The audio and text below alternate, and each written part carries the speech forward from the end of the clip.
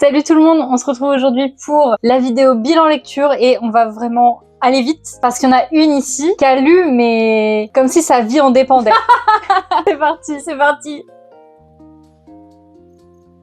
Je commence avec mes suites de séries, tomes 4 et 5 d'Insomniac. Toujours un vrai moment de douceur quand on lit ces tomes-là. En plus, la relation entre nos deux personnages, elle évolue. Ils sont trop mignons. Ils essayent un peu de régler leurs petites problématiques, chacun à leur manière. En plus, grâce à ce personnage-là, c'est hyper drôle. Franchement, j'adore cette lecture. C'est fluide, ça va vite. Ils ont malheureusement eu un premier échec, on va dire, dans leur club d'astronomie, mais ils se sont remis sur les rails et ils se sont fixés d'autres objectifs. Donc j'ai hâte de suivre la suite de leurs petites aventures d'ado et je vous la conseille grandement. Ensuite, le tome 4 de Ron Kamonohashi. J'adore suivre ces petites enquêtes avec ce personnage complètement loufoque, une histoire un peu barrée. On en apprend un peu plus sur les grands rivaux de Ron et peut-être potentiellement sur l'origine de sa maladie qui n'est quand même pas évidente puisque dès qu'il démasque un tueur il le pousse au suicide donc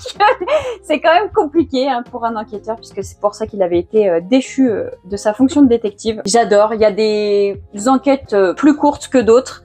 Là-dedans, on en a une qui prend vraiment plus de place et c'est d'autant plus intéressant. Il y a un peu de suspense et tout. J'adore, c'est vraiment une très bonne série et puis je continue tranquillement. Petit tome de transition avec ce tome 3 de Silence, petit manga français. Alors du coup, il y a eu beaucoup moins d'action que dans le tome 2, mais c'était quand même très intéressant. En plus, les compagnons de notre héros Lame sont enfin arrivés à Hautfort, je crois que ça s'appelle. Mais les habitants de cette forteresse ne voient pas d'un très bon œil l'arrivée des étrangers, donc ça annonce beaucoup de problèmes en prévision. Et puis on a le personnage d'Ocel à la fin qui, pareil, va prendre de l'importance à mon avis. Je n'en dis pas plus, puisque il se passe quand même des choses assez intéressantes et j'adore cette série. Je vous la conseille grandement. En plus, le chara design est hyper intéressant et on y voit un peu des créatures du folklore français. Tome 12, donc dernier tome sorti à ce jour de Frieren. J'ai adoré ce tome. J'avais beaucoup aimé les derniers et le grand combat qu'il y a eu, on va dire. Et ici, on retourne un peu dans le passé avec Frieren, notre petite elfe à la longue durée de vie, et on va en apprendre un peu plus sur ses anciens compagnons et sur les relations qu'elle entretenait. Et puis, on va vraiment remarquer qu'elle a vraiment beaucoup changé. J'ai adoré. Je trouve ça vraiment trop mignon et toujours aussi beau. Graphiquement, je sais pas, ça me plaît de ouf. Et je conseille vraiment à tous, même si vous n'êtes pas forcément adepte des mondes héroïques, fantasy et médiéval, parce que par exemple moi c'était pas mon cas et ça marche à merveille. L'excellent Hirayasumi avec ses tomes 4 et 5 qui se lisent beaucoup trop vite. En 20 minutes c'est plié, mais c'est 20 minutes de pur bonheur, de tendresse. Tous les personnages sont intéressants. Commence à y avoir des petites relations d'amitié, d'amour qui se tissent. On a toujours Hiro, ce personnage assez nonchalant et puis finalement hyper attachant, qui suit un peu sa petite vie tranquillement, sans prise de tête, mais quand il y a des difficultés d'adulte, il faut se montrer présent et j'ai adoré cet homme-là. La relation avec sa cousine, c'est toujours aussi drôle, ils sont trop mignons et j'adore particulièrement l'agent immobilière qu'il y a dedans. C'est un personnage hyper drôle, hyper loufoque, qui avait complètement déglingué la meuf, mais c'est vraiment chouette et non, franchement, il faut lire cette série si vous voulez passer un bon moment sans prise de tête, qui fait du bien. Ce mois-ci, j'ai lu un seul tome de Gals, mais qu'est-ce qu'il était bien ce tome. Alors on a toujours ces petites histoires d'amour avec des très gros guillemets, ces histoires de copinage, elle se fait engueuler à droite à gauche, mais là en plus c'est en hiver, donc forcément Shibuya ne ressemble pas à ce qu'on a l'habitude de voir dans le tome et les thèmes abordés sont plus intenses et ça fait du bien d'avoir un petit peu de sérieux dans cette série qui est hyper fraîche et franchement sans prise de tête. Là on a des petites problématiques familiales dans son entourage. On a le chapitre bonus avec sa sœur, notre enquêtrice préférée, qui est vraiment hyper chouette et qui va nous parler de harcèlement sexuel. C'est génial vraiment. J'adorais déjà la série, mais alors là avec ce tome 4, je l'aime encore plus et j'étais hyper déçue ce matin en arrivant au travail de voir que j'avais oublié mon tome parce que j'aurais trop voulu le lire, mais bon, c'est pas grave, ce sera pour demain. Et vous aurez ça dans le prochain bilan lecture, mais si vous pouvez trouver Gals, allez-y. J'ai lu le premier tome du spin-off Sifandir Chronicles, donc inspiré dans l'univers de Radiant, avec Tony Valente au scénario, mais cette fois Nao Kuren au dessin. J'avais un peu peur et franchement je trouve qu'on reconnaît quand même l'univers, l'ambiance, certains personnages, mais il a quand même sa petite patte graphique qui est vachement chouette, qui colle parfaitement à l'univers. C'était très sympa. On y suit Akil qui attend le retour de sa petite sœur qui aurait disparu dans la forêt magique, on va dire, et il intègre l'école des aspirants chevaliers. On y retrouve donc forcément des personnages qu'on a déjà vus, mais je pense que si c'est une série assez court, donc prévu en 4-5 tomes, ça peut vraiment rajouter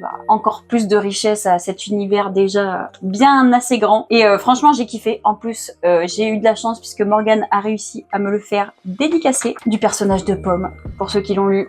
J'espère que c'est vous aussi votre préférée parce qu'elle est vraiment super drôle. Et franchement, j'ai trop hâte de poursuivre la lecture. Après, entre nous, je crois que je ne suis plus objective parce que j'adore Radiant, j'adore l'univers et quand il y en a un peu plus, moi ça me va bien, je suis contente. Je passe rapidement, mais j'ai fait la découverte en vidéo d'ailleurs des 3 premiers tomes de The Summer Hikaru Died. Si vous voulez voir mes réactions à chaud au fur et à mesure des tomes, je vous recommande d'aller voir la vidéo. Mais dans l'ensemble, c'était une très bonne lecture. On est sur une histoire pleine de mystères, sur une relation entre 2 garçons, entre amour, amitié, on sait pas trop. Il y a de l'enquête, il y a des yokai, il y a un petit suspense parce que voilà, je le répète, il y a pour l'instant plein de questions sans réponse. Et c'est tout simplement l'histoire de Hikaru qui a disparu en forêt et quand il revient quelques semaines plus tard, comme si de rien n'était, son ami, il sent bien que il est plus du tout comme avant et qu'il y a quelque chose qui a changé. Donc est-ce qu'il est encore là? Est-ce qu'il est possédé? Etc. etc. Je vous laisse le lire pour le découvrir. J'ai fait la découverte de I Cannot Reach You que j'ai acheté le mois dernier. Et franchement, mais quelle découverte! C'est trop mignon, c'est adorable. On y suit Kakeru et Yamato qui sont 2 jeunes lycéens qui sont très amis. Mais peut-être un peu plus, peut-être pas. Ils ont une relation qui est hyper fusionnelle. Pour le coup, pour ceux qui ont lu, ça m'a fait un peu penser à la relation entre 2 personnages qu'on a dans Blue Flag. Voilà, donc si vous avez aimé Blue Flag, que vous êtes en train de lire Blue Flag, mais foncez sur I Cannot Reach You.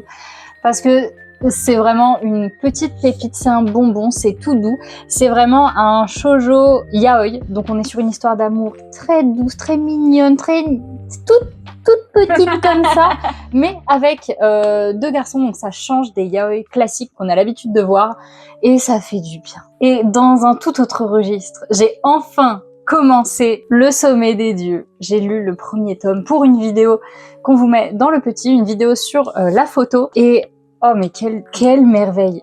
Je pense que je vais en faire un par mois pour vraiment les savourer et finir en plein hiver pour ressentir le froid. Parce que dans cette histoire, si vous ne la connaissez pas, on va y suivre un photographe, Fukamachi Makoto, qui est photographe alpiniste et suite à un accident qu'il a vécu et photographié, il est traumatisé et il ne sait pas trop, il est un peu perturbé, mais en même temps il est très attaché à ces 2 arts, ces 2 sports mélangés, et il va faire la rencontre de cet alpiniste, mais pas une rencontre physique. On va lui raconter des histoires sur cet homme, et son but ça va être de le rechercher et de rechercher un appareil photo qui appartiendrait peut-être à un grand nom de l'alpinisme également, et on est plongé en plein cœur de l'histoire. On sait tout ce qui se passe dans les histoires qu'on nous raconte, parce que c'est en général la première fois ce qu'on nous dit, c'est la finalité, mais on a quand même le suspense et on se dit non mais c'est pas possible, il va y arriver, on a vraiment beaucoup d'espoir, on a froid pour eux, on ressent la pression, les dessins ils sont incroyables. Et franchement, mais heureusement que c'est édité dans ces grandes versions, parce que mais quel plaisir, ça se lit vite. Je pense que le gros tome comme ça, si on le lit vite, on peut en une demi-heure avoir lu l'entièreté parce qu'il n'y a pas beaucoup de texte, mais il faut vraiment s'accrocher et s'attacher aux dessins parce que en fait les dessins ils parlent vraiment d'eux-mêmes.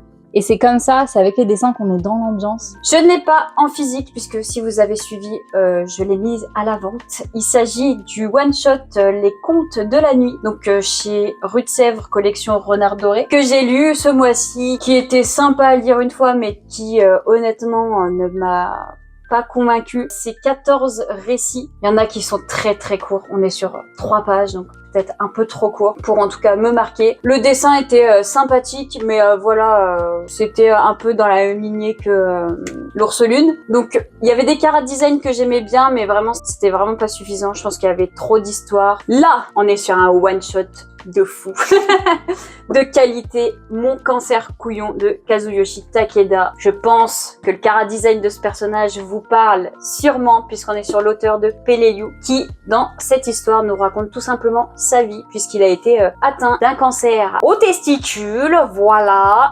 Donc ça n'a pas été une partie de plaisir, surtout que lui à l'époque il était encore dessinateur, non, il était assistant pour l'auteur de Gantz, si j'ai bien tout retenu. J'ai trouvé l'histoire hyper intéressante, parce qu'on passe vraiment avec lui toutes ces étapes de ok, je suis malade, c'est quoi la suite? Ça va parce que lui il a pas eu trop de déni, et puis il a essayé de faire face très rapidement à ça, et on y voit sa convalescence à l'hôpital, son opération. On voit rien de précis, hein, vous inquiétez pas, mais on voit surtout l'après et d'autres patients qui sont eux atteints d'autres maladies. Donc voilà, on voit en fait tous ces malades qui essayent de s'entraider, d'autres qui pètent clairement les plombs et qui vivent hyper mal, notamment la chimiothérapie. J'ai adoré ce titre, et de toute façon, ce mélange de thèmes assez graves avec ce dessin un peu chibi, je sais pas, moi ça me met une claque. C'est bizarre, mais je trouve que le mélange se fait trop bien, et c'est d'autant plus touchant. Donc je vous recommande vachement ce one shot si vous avez envie de vous intéresser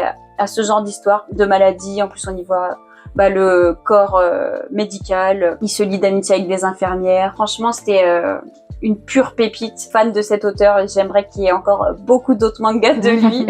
Et voilà, vivement la suite.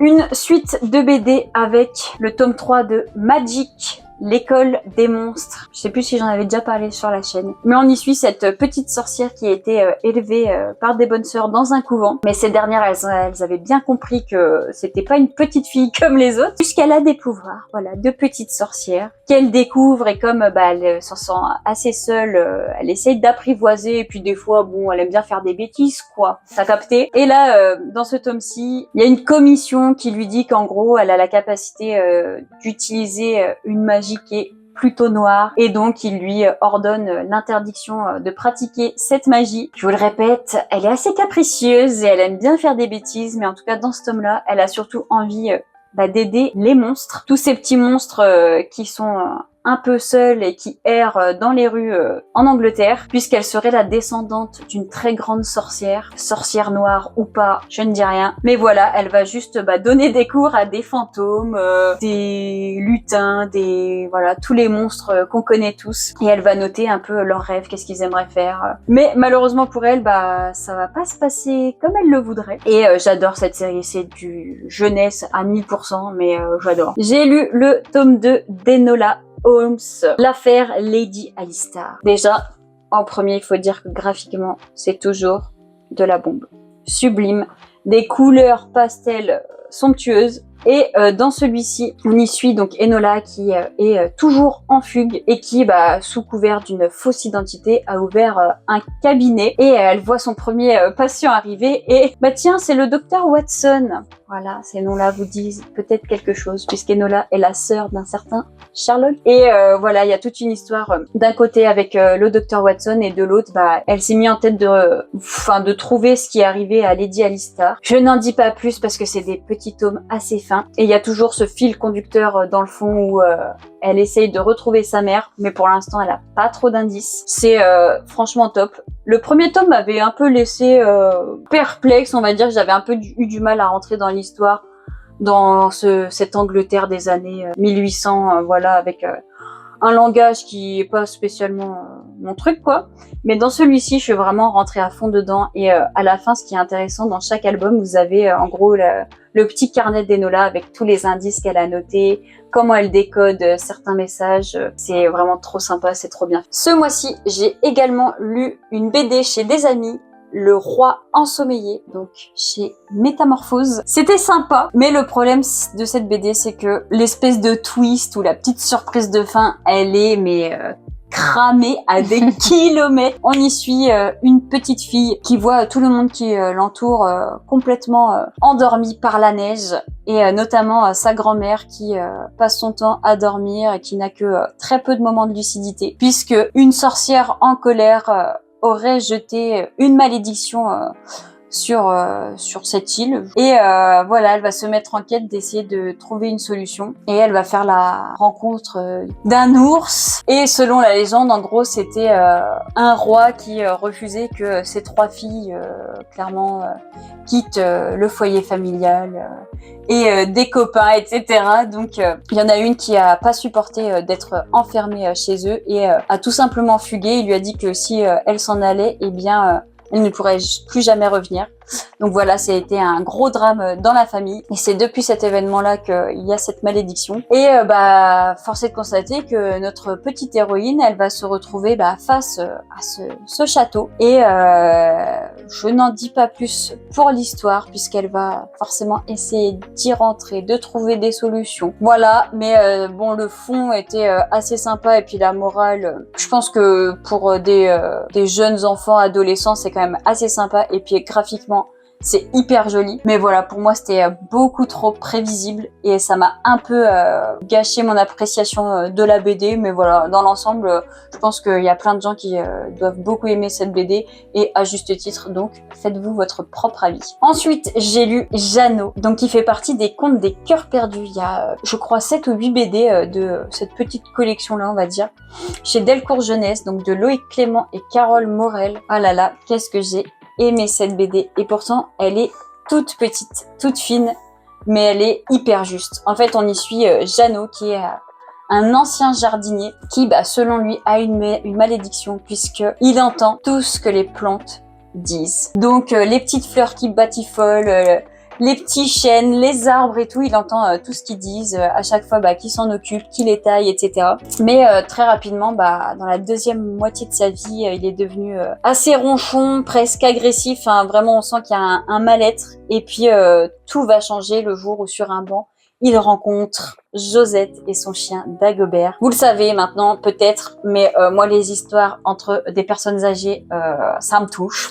Voilà, donc là, ça a encore fait mouche. Et on va y suivre leur début de relation qui commence très mal, puisqu'il est vraiment pas sympathique. Et puis, ça va un peu évoluer et ça va devenir de plus en plus touchant, malgré quelques obstacles, mais qui s'expliquent parce que Jeannot a vécu un drame. Et franchement, c'est une super lecture. Ça m'a vraiment donné envie d'acheter tous les contes des cœurs perdus, parce que s'ils sont aussi touchants et aussi bien faits que ce titre-là, je les veux tous. On va passer rapidement parce que c'est une lecture commune et on en a fait une vidéo. On a lu et relu pour les 2 premiers les 3 tomes de Umbrella Academy.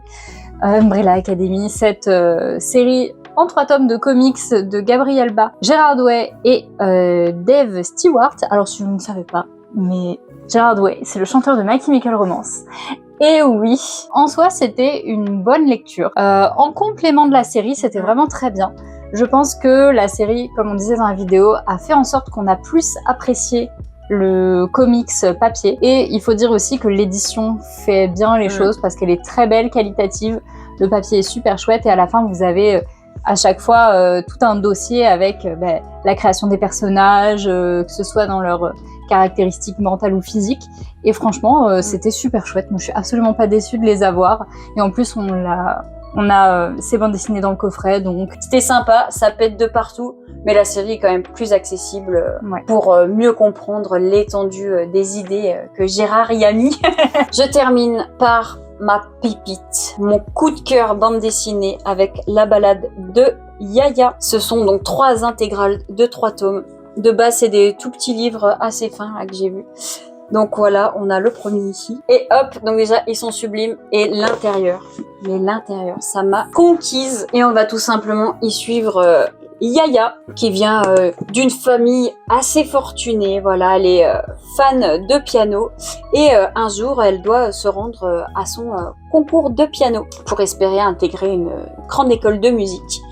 Malheureusement pour elle, la guerre se déclare, oui, rien que ça. Et malgré l'interdiction de ses parents, elle va quand même décider de s'y rendre. Elle a peut-être pas conscience de la gravité du truc puisqu'on est donc sur une jeune enfant. Et en plein milieu de bombardements en arrivant quand l'école est complètement détruite, elle va faire la rencontre de Tudo, un garçon qui vient d'un tout autre milieu puisque il est exploité par un vieux pas très sympathique qui l'oblige tout simplement à voler les passants dans la rue, etc. Lui et d'autres enfants dont son petit frère. Et il va tout simplement sauver Yaya des bombardements. Et ils vont tout simplement s'échapper tous les deux. Donc elle, au début, elle sait pas trop se débrouiller toute seule. Voilà, elle a toujours eu tout dans la main avec une servante, etc., etc. Alors que lui n'a rien. Et vous voyez où je veux en venir. Ils vont tout simplement s'aider et lui va en tout cas l'aider beaucoup plus que ce qu'elle pensait. Elle va vraiment découvrir ce que c'est que la vie et notamment les galères. J'ai adoré. Genre vraiment du début à la fin. Déjà, je les ai mangés comme des petits pains. C'était vraiment une histoire hyper touchante. En plus, celui qui exploite Tudo, il va essayer de le retrouver. Donc, il va les pourchasser tous les deux, mais ils vont s'enfuir encore plus loin. Ils vont avoir d'autres mésaventures. Il y a de la manipulation chez les adultes dans ce livre, mais je me suis dit, mais comment on peut faire ça à des enfants, quoi. Mais ouais, franchement, c'est une série, peut-être jeunesse, mais qui aborde des thématiques quand même assez importantes et assez graves. Donc, franchement, je vous la recommande à tous. Pour ma lecture roman du mois, j'ai pris un petit roman parce que j'ai commencé un nouveau travail, donc je savais que j'allais pas trop peut-être avoir le temps de lire. Et j'ai bien fait parce que j'ai découvert un nouveau Jean-Philippe Blondel, collection Actes Sud Junior, roman ado. Maintenant que vous savez que j'adore cette collection, et à juste titre, parce que franchement, celui-ci double jeu, mais il était incroyable. Je suis toujours subjuguée littéralement par la plume de Jean-Philippe Blondel qui est différente à chaque fois. Il se met à la place de son personnage. Je peux même pas vous dire qu'il a un style en particulier parce qu'à chaque livre que je lis, c'est différent. C'est incroyable. Dans celui-ci, on va y suivre Quentin, qui est un jeune moyen. Voilà, il est moyen, plutôt mauvais dans certaines matières, un peu branleur, voilà, qui s'est fait virer de son premier lycée, qui se retrouve dans un autre. Il a pas envie d'être là. Et franchement, ça le saoule. Tout ce qu'il veut, c'est pouvoir retourner dans son lycée précédent et voilà, finir sa scolarité, aller travailler, merci, au revoir, et qu'on n'en parle plus. Et il va faire la rencontre donc d'une prof de français au début de l'année qui va le prendre un peu en grippe. Et qui, voilà, elle sait qu'il a du potentiel, mais elle sait pas encore comment il va pouvoir l'exploiter. Et un jour, lors d'une rédaction qu'il doit faire, il va se livrer un peu plus que ce qu'il ne pense. Sa professeure va lui demander de rester après les cours. Lui pense que voilà, il a encore fait une connerie, c'est bon, je sais, merci, au revoir, donne-moi mon heure de colle et qu'on en finisse. Et sa prof lui dit là tu t'es livré à moi, mais c'est pas ce que je te demande. Et je suis pas censée savoir tout ce qui se passe dans ta tête, même si je suis ravie que aujourd'hui tu m'en parles. C'est pas le moment, on peut en discuter un autre moment si tu veux, si t'as des soucis, voilà. Mais là, j'aimerais que tu trouves un autre moyen pour justement pouvoir extérioriser tout ce que t'as à l'intérieur et tout ce qui peut te déranger pour voilà, vivre ta vie correctement. Pour lui, non, j'ai juste fait une rédaction, merci, au revoir, j'ai rien mis de moi-même. Elle va lui donner comme punition de lire une pièce de théâtre et par la suite de jouer cette pièce de théâtre parce que tout le monde, d'après elle, joue un rôle. Personne n'est heureux de venir en cours, tout le monde fait semblant de l'être, tout le monde joue le rôle d'un élève, mais personne n'est un élève au fond de lui. Et ça va le travailler, et tout au long du livre, on va avoir ce cheminement de pensée, ce travail qu'il va faire. Et c'était incroyable! Mais c'était génial. Et le livre, il est fait en chapitres et en parties. Mais c'est pas réellement des chapitres et des parties, c'est des scènes et des actes. Donc on est vraiment plongé dans une pièce de théâtre avec en personnage principal Quentin qui joue le rôle d'un étudiant qui doit jouer une pièce de théâtre. Tous les personnages sont des acteurs et franchement, renseignez-vous sur ce que Jean-Philippe Blondel a écrit parce que je suis vraiment jamais déçu. C'est hyper accessible en plus comme lecture à partir de, je pense, 12-13 ans, et c'est un pur plaisir, un pur bonheur à chaque fois de le lire. Ça vaut tous les romans du monde, tout ce que vous pouvez voir en ce moment sur BookTok, qui vous disent que c'est le meilleur livre jeunesse qu'ils ont jamais lu. Franchement, ça, c'est très court, et ça vaut vraiment tous les livres du monde. Pour peu importe le titre, mais celui-là, pour un jeune qui voilà, est un peu saoulé et comprend pas trop l'intérêt du théâtre, je pense que ça peut vraiment, pas forcément donner une vocation à faire du théâtre, mais au moins peut-être à comprendre l'intérêt des pièces de théâtre et de faire un petit peu réfléchir sans faire une trop grosse introspection et rentrer dans le personnel. Voilà, c'était toutes nos lectures du mois. Il y en a eu pas mal, en tout cas de mon côté, mais des très belles aussi pour toi. On espère que ça vous a plu. N'hésite pas à nous dire tes meilleures et tes pires lectures du mois. Et on te retrouve très bientôt pour la prochaine vidéo. Salut.